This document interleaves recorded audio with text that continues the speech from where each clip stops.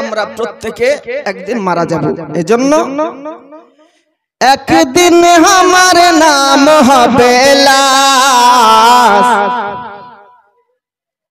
একদিন আমার নাম হবে লাশ। কথা বলেন ঠিক কিনা, জোরে বলেন। একদিন আমার নাম হবে লাশ। আচ্ছা রোহানা, এই দেখেন একেবারে বাচ্চি মেয়ে দুটো এসে 200 টাকা দিয়ে পাঠিয়েছেন, রোহানা খাতুন।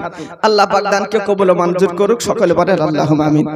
তো একদিন তোমার নাম হবে লাশ, একদিন আমার নাম হবে লাশ।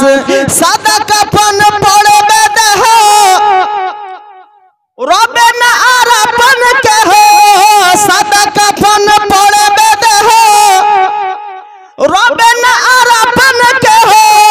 বন্ধ হবে গনিশ্বাস, একদিন আমার নাম হবে লাশ, একদিন তোমার নাম হবে লাশ। মসজিদে এলান হবে, একে একে জানবে সবে, সকলে আসবে তোমার বাড়ি। মসজিদে এলান হবে, একে একে জানবে সবে, সকলে আসবে তোমার বাড়ি। বড়ই পাতা গরম পানি আনিবে কে বাতার দানি, বড়ই পাতা গরম পানি আনিবে কে বাতার দানি। কেউ গিয়ে কাটবে ঝাড়ের বাস, একদিন তোমার নাম হবে লাশ, একদিন আমার নাম হবে লাশ। তবে এত অহংকার কেন মিল্লাতে ইসলামে আমার? এই অহংকার সম্পর্কে আল্লাহ পাকের নবী মহানবী সাল্লাল্লাহু তাআলা আলাইহি ওয়াসাল্লামের বিশিষ্ট সাহাবী হযরতে বাহাজ ইবনে হাকিম, কি নাম বললেন? বাহাজ ইবনে হাকিম, নাম মনে রাখেন। রাত্রি হয়েছে আর আপনারাও যদি একেবারে হারিয়ে যান, বক্তব্য সম্মুখে নিয়ে যাওয়া অসম্ভব, দুষ্কর। নাম কি বললাম? হযরতে বাহাজ ইবনে হাকিম।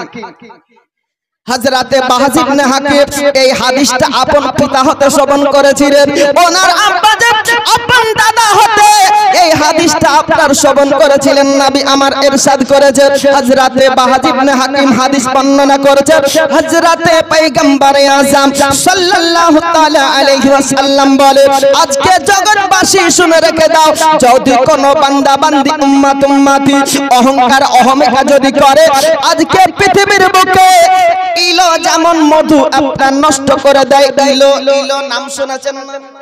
ইলো একটা অত্যন্ত তিক্ত ফল, এত তিক্ত ফল আজকে অ্যাকর্ডিং টু মেডিকেল সায়েন্স পৃথিবীর ডাক্তার বৈজ্ঞানিকেরা বলতেছে ইলো এত একটা তিক্ত ফল, ওই তিক্ত ফল দিয়ে ওষুধ তৈরি করা হয়, মেডিসিন তৈরি করা হয়।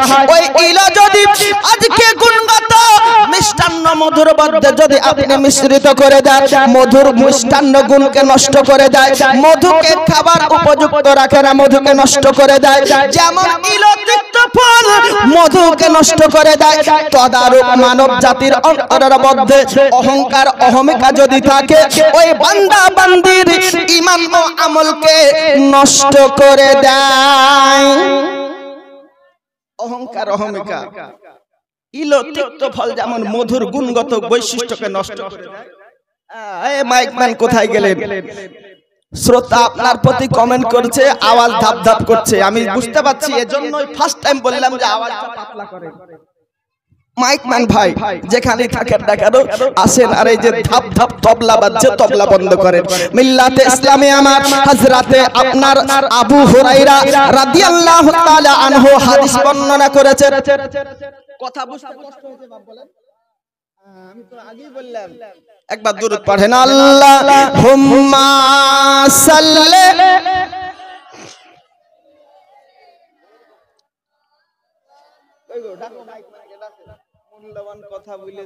মাইকম্যান আপনি যেখানে থাকেন স্টেজে দেখা করুন।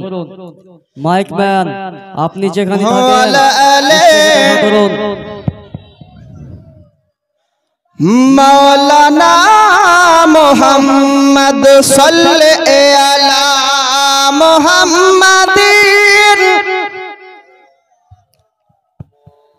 मोहम्मद हर दम ज़बान से निकालो शफियाना मोहम्मद सल्लल्लाहु ताला अलैहि वसल्लम।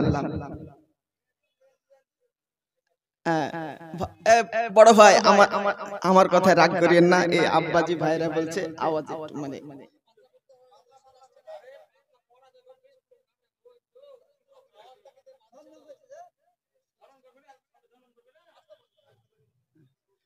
Hello check hello mic check check check hello Allah सुभान अल्लाह हेलो अल्हम्दुलिल्लाह जज़ाकल्लाह माशाअल्लाह सुभान अल्लाह हेलो चेक हेलो ठीक है আপনারাই বলবেন।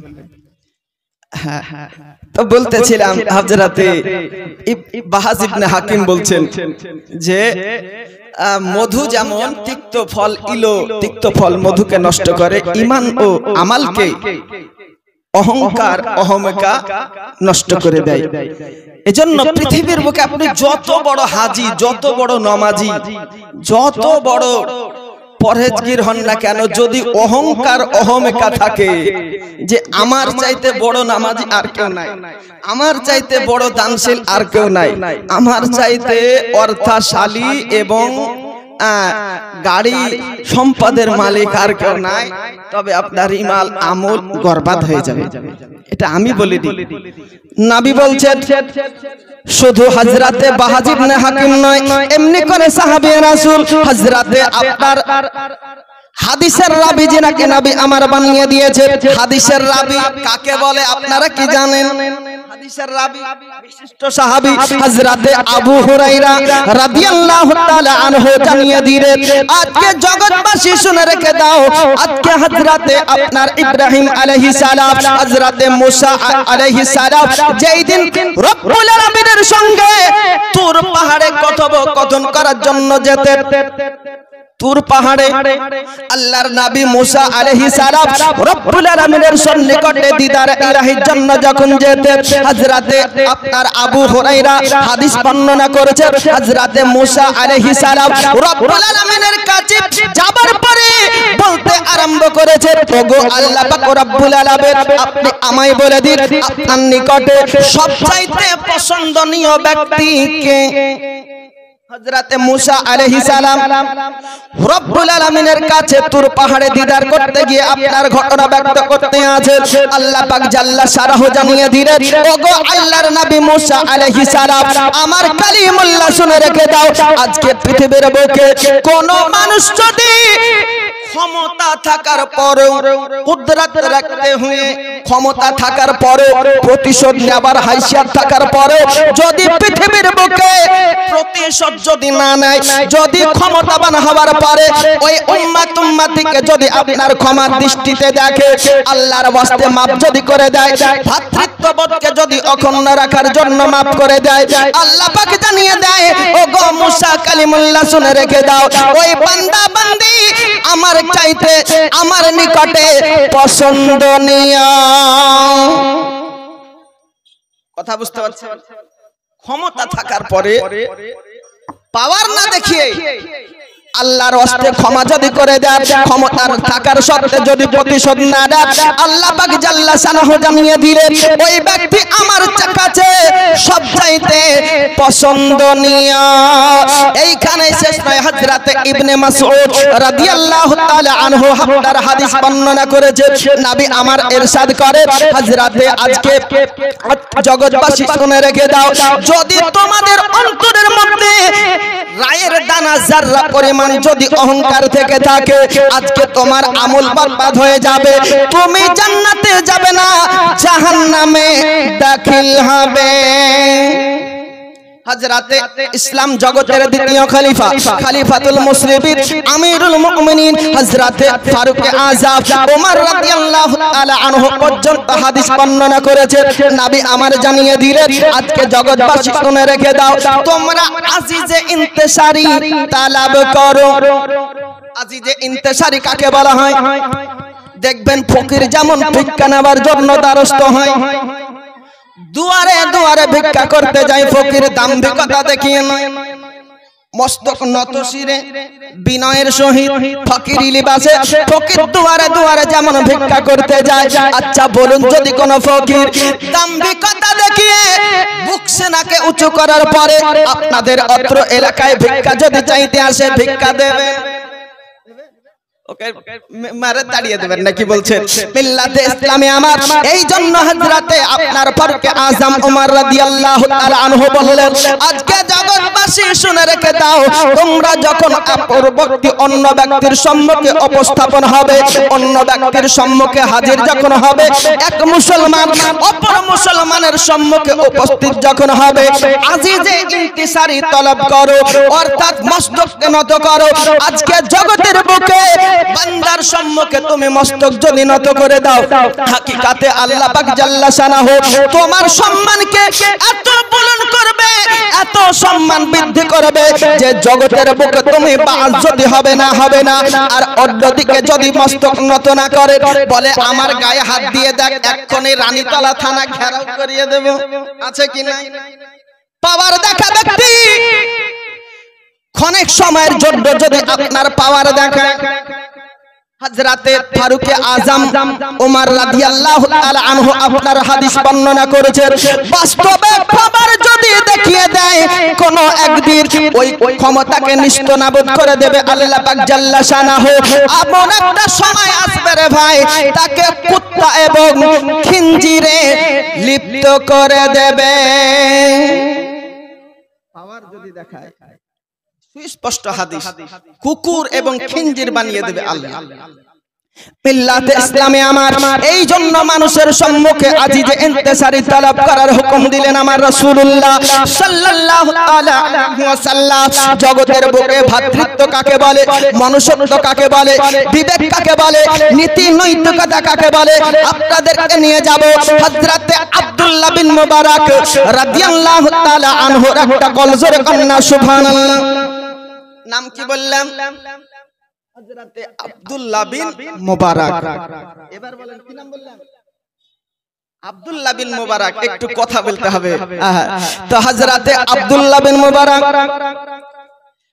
মক্কা মদিনার সরজমিনে হজ উদ্যাপিত করার জন্য হাজির হয়েছে। কাবা শরীফ তওয়াফ করলে কত নেকি হয়, কত রহম আপনার পাওয়া যায়, আপনারা কি জানেন? একবার কাবা শরীফ তওয়াফ করলে কটা রহমত হয় জানেন? শুনেননি? নবী আমার বলছেন, সিত্তুনা লিত-তাইফিন, কাবা শরীফকে একবার যদি তওয়াফ করা যায় তো 60টা রহমত তার নামায়ে আমালে লিখে দেন আমার আল্লাহ। জোরে কোন সুবহানাল্লাহ।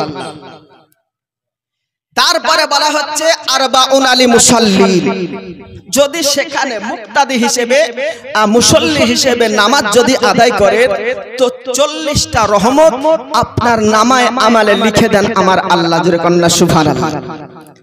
ইসরুন আলীন নাজিরিন, আল্লাহর ঘর ভেবে আপনি যদি দর্শন করে দেন তো 20টা রহমত আপনার নামায়ে আমালে লিখে দেন আমার আল্লাহ। জোরে কোন সুবহানাল্লাহ।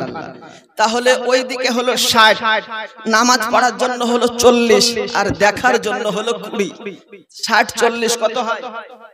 120টা রহমত আপনার নামায়ে আমালে লিখে দেন আমার আল্লাহ। মহব্বতে কোন সুবহানাল্লাহ। এখন শুনে মনে হচ্ছে যে 120টাই তো রহমত। একটা রহমতের পরিধি কতটা জানেন?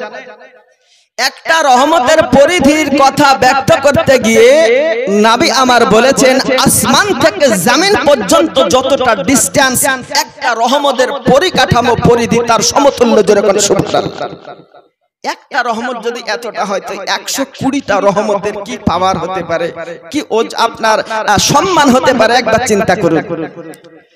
মিল্লাতে ইসলামে আমার এই দিকে কাবা শরীফের ফজিলত বর্ণনা করা হলো। এবার নবী মুস্তাফার রওজা শরীফ একবার যদি কোন বান্দা বান্দি জিয়ারত করে দেয়, নবী আমার জানিয়ে দিয়েছে, মান যারা কবরি ওয়াজাবাত লাহু শাফাআতি। একবার কেউ রওজা শরীফকে যদি জিয়ারত করে নেয়, নবী আমার জানিয়ে দিলেন তার সুপারিশ করা আমি রাসূলুল্লাহ ময়দানে মাহশারে ওয়াজিব মনে করি। এই জন্য হযরতে আব্দুল্লাহ বিন মুবারক আপনার কিনা হজ উদযাপিত করার জন্য মক্কা শরীফের সরজমিনে হাজির হয়েছে। কাবা শরীফকে চত্বর মেরে দিয়েছে। অতঃপরে একটু আরাম আয়েশের জন্য নিদ্রা হালাতে আপনার কিনা ঘুমিয়ে গেছে। স্বপ্ন যোগে আল্লাহর পক্ষ থেকে আসমান থেকে দুইজন ফেরেশতা এসে হাজির। কয়জন ফেরেশতা? দুইজন ফেরেশতা আল্লাহ পাকের পক্ষ থেকে আসমান থেকে হযরতে আব্দুল্লাহ বিন মুবারকের সম্মুখে হাজির হয়েছে। একে অপরে কথোপকথন বলতে আরম্ভ করে দিয়েছে। আজকে আব্দুল্লাহ বিন মুবারক শুনে রেখে দাও, আজকে এই পৃথিবীর বুকে এই বছর কত হাজী হজ্জতে এসেছে তুমি কি জানো? অপর ফেরেশতা বলতেছে, বলে ভাই আমার জানা নাই। অন্য ফেরেশতা বলল, বলে শুনে রেখে দাও, এই বছর 1 লক্ষ নয়, 2 লক্ষ নয়, 6 লক্ষ হাজী হজ উদযাপিত করার জন্য এই মক্কা শরীফে এসেছে। কয় লক্ষ বললেন? 6 লক্ষ। 6 লক্ষ হাজীদের মধ্যে কতজন হাজীর হজ কবুল হয়েছে? হযরতে আপনার আব্দুল্লাহ বিন মুবারকের সম্মুখে এক ফেরেশতা অপর ফেরেশতার সম্মুখে কথোপকথন আপনার করতে আছে। অন্য ফেরেশতা বলল, বলে ভাই শুনে রেখে দাও, 6 লক্ষ হাজী হজ উদযাপিত করার জন্য এই মক্কা শরীফে এসেছে, কিন্তু 6 লক্ষ হাজীর মধ্যে একটা হাজীর হজ কবুল হয়নি। 4 লাখ 3 লাখ টাকা দিয়ে হজ উদযাপিত করার পর হজ কবুল হলো না। ঘটনাটা কি? চলুন এগিয়ে নিয়ে যাই। মিল্লাতে ইসলামে আমার হযরতে আব্দুল্লাহ বিন মুবারকের সম্মুখে অপর ফেরেশতা বলল, আজকে শুনে রেখে দাও, একজন হাজীর হজ আজকে কবুল ও মঞ্জুর হয়েছে বারগাহে ইলাহিতে। তবে ওই ব্যক্তি এই মক্কা শরীফের সরজমিনে সশরীরে হাজির হয়নি। আজকে নবী মুস্তাফার রওজা শরীফ জিয়ারত করার জন্য হাজির হয়নি। ঘটনাটা কি নাম জানেন? এমন একজন ব্যক্তি নিজের চরিত্র আখলাকের জন্য, নীতি নৈতিকতার জন্য, মানবতা মনুষ্যত্বের জন্য মক্কা শরীফে মদিনা শরীফে অবস্থান না করার পরও ওনার হজ আল্লাহ তাআলা কবুল ও মঞ্জুর করে নিয়েছেন। জানেন না? জানেন না? নাম বলবো। একটা ভাই যদি 1000 টাকা দিয়ে শরীক হতেন, একটু হুজুরকে তো দিলেন, আরো অনেকে দেবেন, নামটা বলবো। এমন একজন ব্যক্তি আজকে মক্কা শরীফের সজ্জাবিরে উপস্থিত হননি।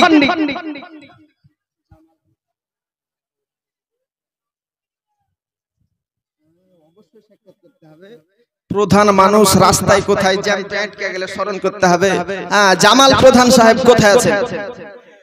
চলে আসেন অনতি বিলম্বে, খুব শীঘ্রই চলে আসেন, আপনাকে আমার স্বার্থে ডাকছি। রাস্তাঘাটে অনেক জ্যাম, আর সরকার এখন যা স্লোগান তুলেছে ওয়াকফ সম্পত্তি দখলের বিষয়ে, আপনাকে বিশেষভাবে প্রয়োজন, আপনি আসেন। জামাল প্রধান সাহেব কোথায় আছেন? চলে আসেন। এখানে নাই নাকি জামাল প্রধান সাহেব? আসেন, চট করে আসেন। প্রধান সাহেব জামাল, আপনি কোথায় আছেন? খুব শীঘ্রই আসেন। এই দেখেন একজন ছোট ছেলে এসে 50 টাকা দিয়েছে, আমি নাম বলতে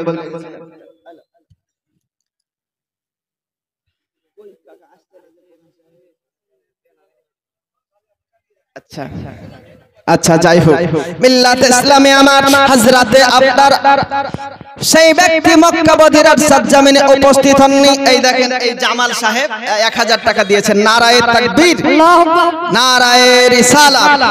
1000 টাকার দাতা জামাল প্রধান সাহেব জিন্দাবাদ। মিল্লাতে ইসলামী আমার মক্কা মদিনার সরজমিনে আজকে মদিনা শরীফে অবস্থান না করার পরেও আজকে হজ কবুল হলো। পৃথিবীর বুকে হযরতে আব্দুল্লাহ বিন মুবারক এই কথাকে শ্রবণ করার পরে নিজের মধ্যে অনুতপ্ত হলো, অনুশোচিত হলো। আজকে জগৎবাসীর 6 লক্ষ হাজীদের হজ এই মক্কা মদিনার সরজমিনে অবস্থান করার পরেও কবুল হলো না। আর এ কোন ব্যক্তিত্বের অধিকারী যে মক্কা মদিনার সরজমিনে অবস্থান না করার পরে আল্লাহ তাআলা ওনার হজ কবুল করে নিয়েছে। আর কবুলই করেননি, তার হজ কবুলিয়াতের বাদৌলতে অন্য 6 লক্ষ হাজীর হজ কবুল করেছেন আল্লাহ। জোরে কন্না সুবহানাল্লাহ, সুবহানাল্লাহ, সুবহানাল্লাহ। ওনার হজ কবুল করলেন এবং ওনার বাদৌলতে 6 লক্ষ হাজীদের হজ কবুল ও মঞ্জুর করেছে। নাম হলো হযরতে আলী বিন মাফিক। জোরে কন্না সুবহানাল্লাহ, সুবহানাল্লাহ, সুবহানাল্লাহ। নামটা মনে রাখবেন, আলী বিন মাওয়াফিক। কোথায় লেখা আছে? সিরাতুল আউলিয়া কিতাবের মধ্যে। মিল্লাতে ইসলামী আমার হযরতে আলী বিন মাওয়াফিক এই কথা যখন ফেরেশতাদের মুখ থেকে আলী বিন মাওয়াফিকের বিষয়ে আব্দুল্লাহ বিন মুবারক খবর করলেন, তার মধ্যে চিন্তায় চিন্তিত হলো ওই ব্যক্তির সঙ্গে সর্বপ্রথম সাক্ষাৎ করব। এমন ব্যক্তিত্বের অধিকারী আর ওনার সঙ্গে সাক্ষাৎ না করে হয়? এখন আপনারা এখানে মাহফিলে এসেছেন, যদি স্বপ্ন যোগে এই হুজুরকেই বলে দেয়, হ্যাঁ বলে এই আজকের এই হাজরি মজলিসে জালসা শোনার উপস্থিতি কারো কবুল হয়নি, একজনের কবুল হয়েছে, এটা আশ্চর্য মনে হবে না? মিল্লাতে ইসলামী আমার এই জন্য হযরতে আব্দুল্লাহ বিন মুবারক চিন্তা করলো 6 লক্ষ হাজীর হজ যখন কবুল হলো না, ওই ব্যক্তির ঘটনাটা আমাকে একটু জাস্টিফাই করতে হবে, সাক্ষাৎ করতে হবে। এই জন্য মহব্বতের অন্তরের মধ্যে ভালোবাসা নিয়ে আর তার সাক্ষাতের জন্য আজকে সফলরত অবস্থায় আপনার কিনা দামেস্কের সরজমিনে পাড়ি দিয়েছে। মিল্লাতে ইসলামী আমার হযরতে আব্দুল্লাহ বিন মুবারক বিগত দিন পথ অতিক্রমিত করার পরে পৌঁছা আলী বিন মাওয়াফিকের বাড়িতে হাজির। আলী বিন মাওয়াফিকের বাড়িতে গিয়ে হাজির হলেন। বিবির সঙ্গে সাক্ষাৎ সর্বপ্রথমে বলে কোত্থেকে এসেছে? গেছিলাম মক্কা মদিনার সরজমিনে হজ উদযাপিত করার জন্য। বলে এখানে কেন?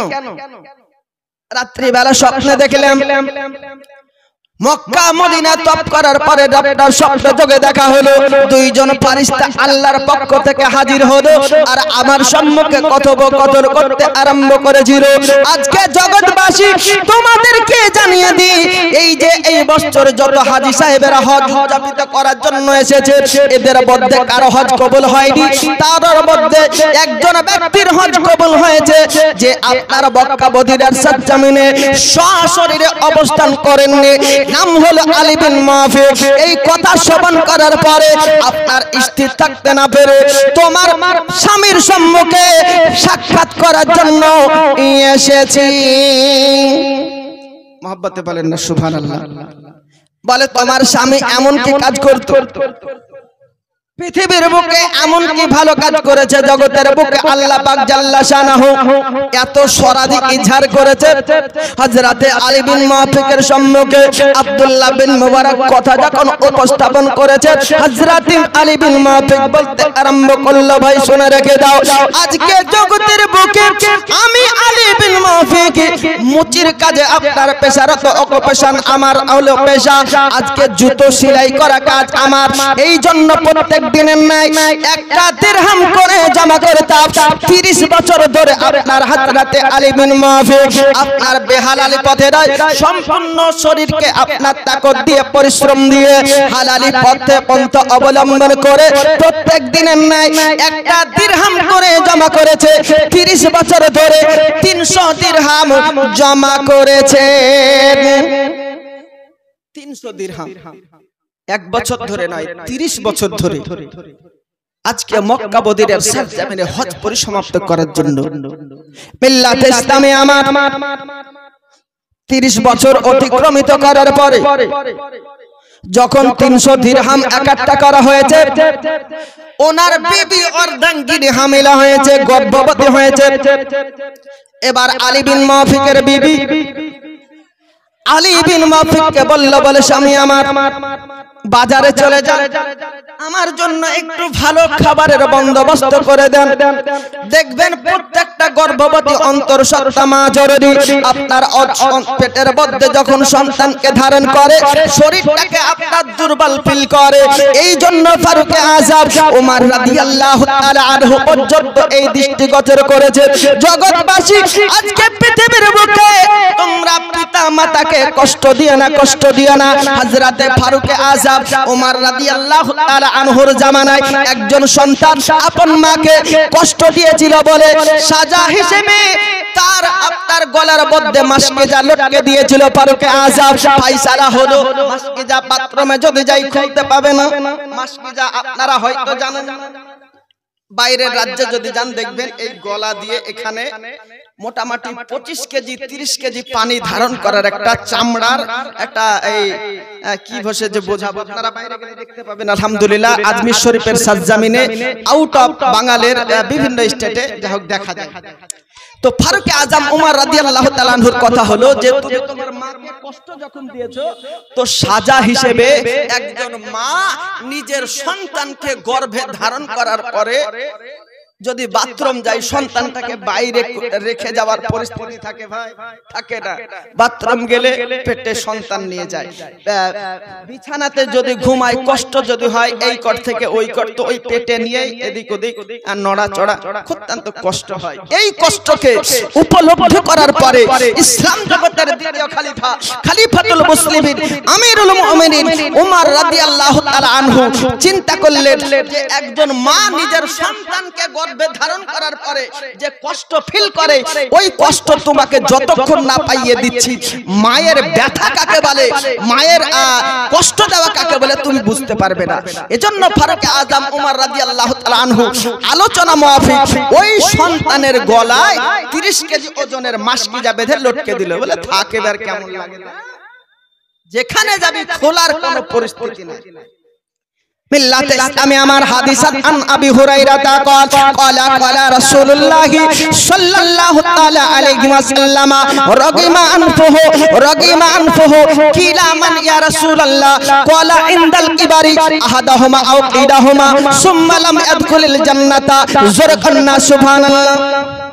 হযরতে আবু হুরায়রা রাদিয়াল্লাহু তাআলা আনহু হাদিস বর্ণনা করেছে, নবী আমার বলে আজকে জগৎবাসী শুনে রেখে দাও, রাগিমা আনফুহু সেই ব্যক্তির নাকে মুখে গোবর পড়ে যায়, সেই ব্যক্তির নাকে মুখে নাপাকে পরিপূর্ণ হয়ে যায়।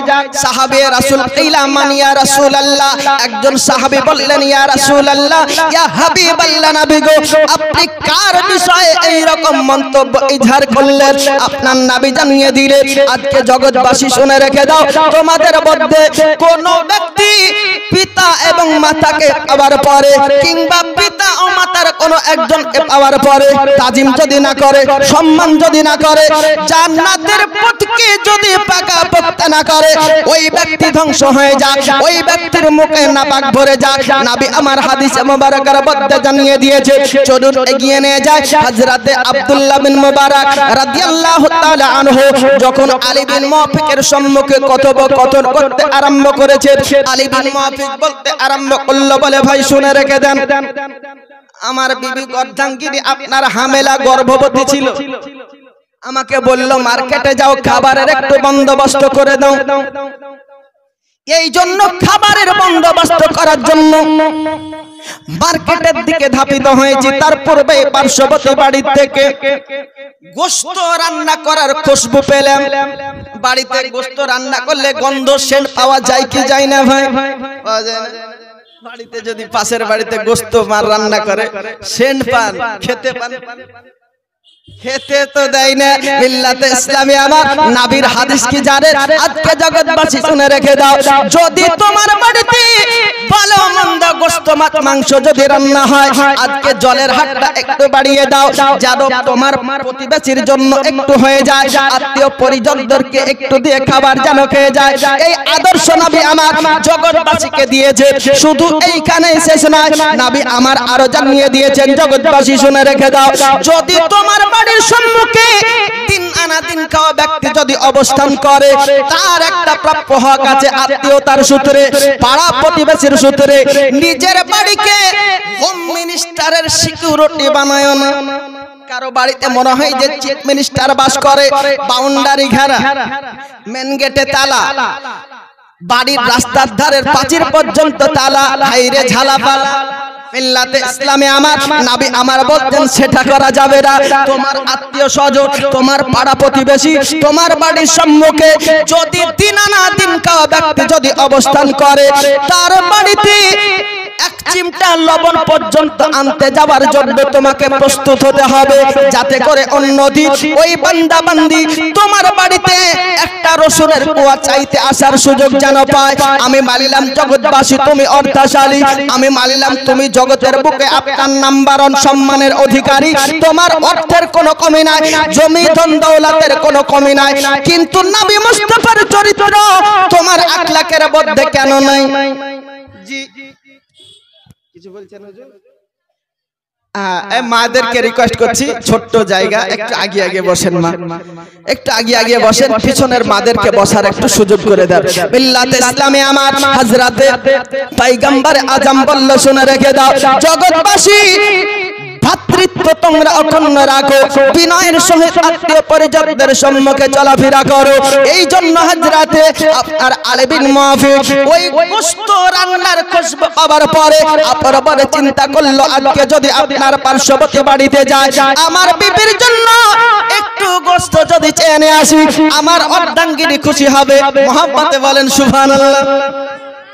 নিজের বিবিকে খুশি রাখা যদি হাইসিয়াত আমাদের ভাইদের নাও থাকে, স্পেশাল বিরিয়ানি খাবার বন্দোবস্ত যদি নাও করতে পারে, রাস্তার উপরে 5 টাকার ঝালমুড়ি যদি নিয়ে এসে বিবিকে দাও, বলে হ্যাঁ বিবি এটাই তোমার জন্য শুকরিয়া, বিসমিল্লাহ করে দাও, মোহাব্বত বেড়ে যাবে। মিল্লাতে ইসলামে আমার এই জন্য হযরতে আলী বিন মুআফিক ওই পার্শ্ববর্তী ব্যক্তিকে যাওয়ার পরে বলল, বলে ভাই শুনে রেখে দাও, গোশত রান্না করছো খুশবু পেলাম। আমার বিবি বলল বাজারের খাবার বন্দোবস্ত করতে, ভালো খাবারের আপনার বন্দোবস্ত করতে। এবার আমার বাড়িতে যখন গোশত রান্নার সেন পেয়েছি, একটু গোশত কি দেওয়া যাবে না? হযরতে আলী বিন মুআফিককে ওই ব্যক্তি বলল, বলে আলী বিন মুআফিক শুনে রেখে দাও, এই গোশতটা আমার জন্য হলো আরাম আর তোমার জন্য হলো হারাম। বলে এ কেমন কথা? তোমার জন্য আরাম জায়েজ আর আমার জন্য হারাম না জায়েজ দেবে না, এই জন্য বলছো নাকি? মিল্লাতে ইসলামে আমার হযরতে আলী বিন মুআফিক যখন বারংবার জিজ্ঞাসা করলো, বলে ভাই শুনে রেখে দাও, আমার বাড়িতে একদিন নয়, 2 দিন নয়, 3 দিন নয়, বিগত 5 দিন ধরে কোনো পানাহার হয়নি, খাবারের বন্দোবস্ত হয়নি, বাড়িতে বাচ্চা বাচ্চি ছেলেমেয়েরা উপোস আছে, এত কষ্টের মধ্যে দিন অতিবাহিত হয়, খাবারের বন্দোবস্ত না করতে পারার দরুন মার্কেটে গেলাম, দেখবেন কলকাতার সরজমিনে বেহালা বলে একটা জায়গা আছে, এই তো রমজান মাসের আগে আপনার 24 পরগনার সরজমিন হতে কাকদ্বীপ নামখানা হতে মাহফিল করে আসার সময় দেখলাম মরা পশুগুলোকে একটা জায়গাতে একত্রিত করে আপনার ডাস্টবিনে ফেলে দিচ্ছে, আপনার নোংরার কারখানার মধ্যে ফেলে দিচ্ছে। ওই রকমই বাজারের মধ্যে যাবার পরে দেখলেন ওই দিন আনা দিন খাওয়া ব্যক্তি যার বাড়িতে 5 দিন ধরে অনাঞ্জলের 5 দিন ধরে কোনো খাবার পানাহার হয়নি, ওই আলী বিন মুআফিকের পার্শ্ববর্তী ব্যক্তিটা বাজারে যাওয়ার পরে দেখলো যে একটা মরা গাধা বাজারে আপনার কিনা পড়ে রয়েছে। ওই গাধার শরীর থেকে একটু গোশতের টুকরা আপনার কেটে নিয়ে আসার পরে ওই গোশতের টুকরোটাকে রান্না করে বাচ্চা বাচ্চাদের জন্য বন্দোবস্ত করেছে। এই কথাকে শ্রবণ করার করার পরে আলী বিন মুআফিক চিন্তা করলো এই জন্য তোমার জন্য এটাকে তুমি আপনার কিনা আরাম জায়েজ বলেছো আর আমার জন্য হারাম বলেছো। মিল্লাতে ইসলামে আমার হযরতে আলী বিন মুআফিক রাদিয়াল্লাহু তাআলা আনহু এত নবী মুস্তাফার চাহনে वाला ছিলেন, এত নবী মুস্তাফার দিওয়ানা ছিলেন। আজকে মক্কা মদিনার সরজমিনে হজ উদযাপিত করার জন্য আপনার একদিন নয়, এক বছর নয়, 30 বছর ধরে এক টাকা করে আপনার জমিয়েছিলেন, সঞ্চয় করেছিলেন। জগৎবাসী শুনে রেখে দাও, 30 বছর পরে 300 দিরহাম একত্রিত করার পরে মক্কা শরীফে হজ উদযাপিত করার পূর্ব মুহূর্তে এই ঘটনাকে দর্শন যখন করেছে আর স্থির থাকতে না পেরে সমস্ত 300 দিরহাম 30 বছরের জমানো সম্পদ ওই আপনার কিনা গরিব বাস্তিক জন্য বরাদ্দ করে দিলেন। সমস্ত দিরহাম ওই গরিব মিসকিনদের জন্য দান করে দিলেন। এই হাজী সাহেব যদি আজকে আমাদের সমাজের মধ্যে থাকতো, সমাজ থেকে অভাব অনটন দূরীভূত হয়ে যেত। মিল্লাতে ইসলামে আমার এটাই হলো ভ্রাতৃত্ব মনুষ্যত্ব।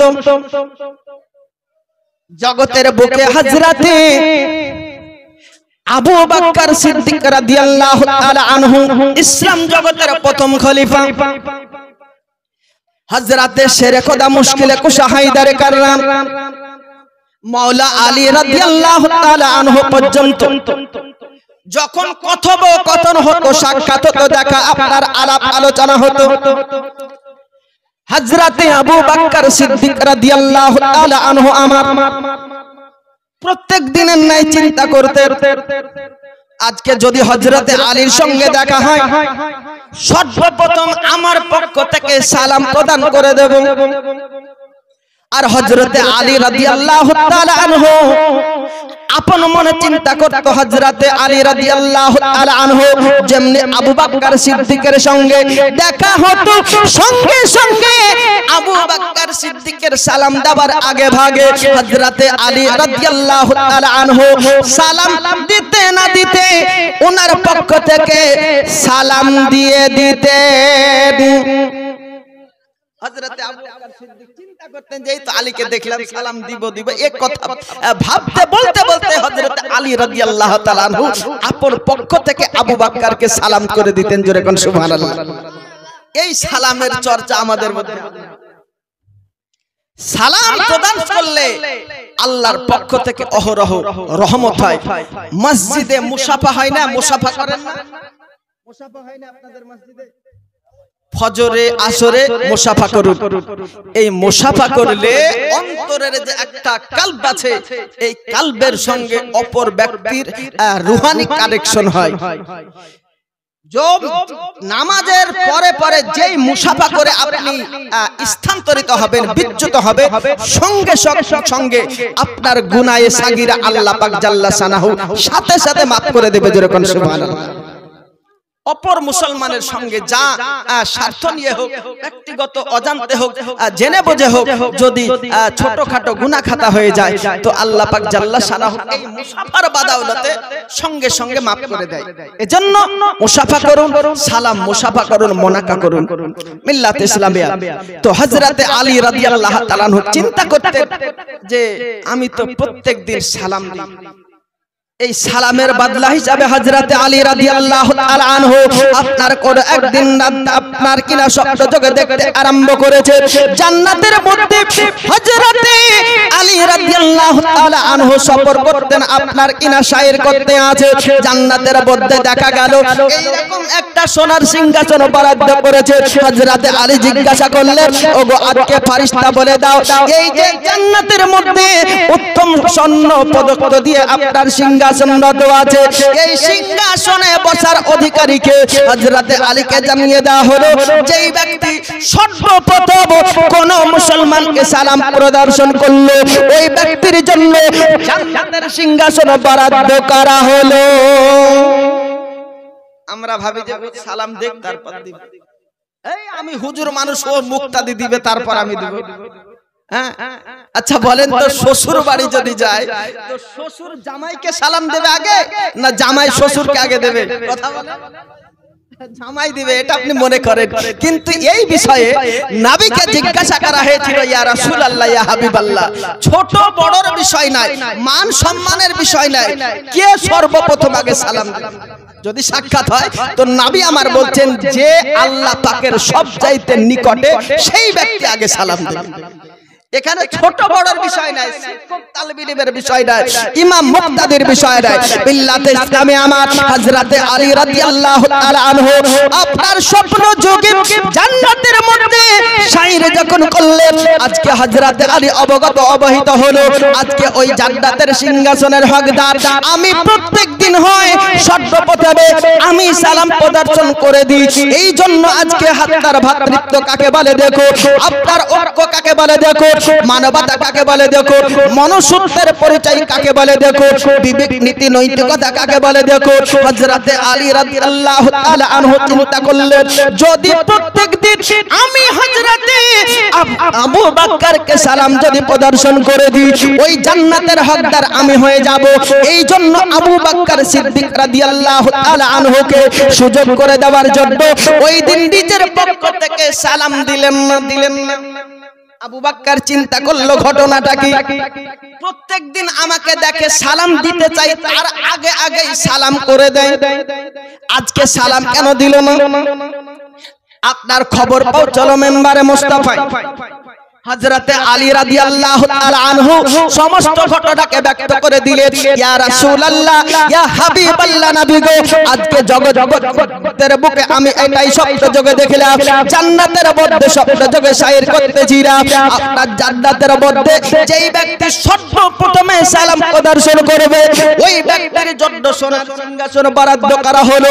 এই জন্য আপনার কিনা হযরতে আলী রাদিয়াল্লাহু তাআলা আনহু হযরতে আবু বকর কে সুযোগ করে দেওয়ার জন্য স্বেচ্ছাকৃতভাবে সালাম দেননি, যাতে আবু বকর সিদ্দিক হযরতে আলীকে সালাম প্রদর্শন করে দেয় আর জান্নাতের সিংহাসনের হকদার হয়ে যায়। এটা হচ্ছে ভ্রাতৃত্ব। শুধু এইখানে শেষ নয়।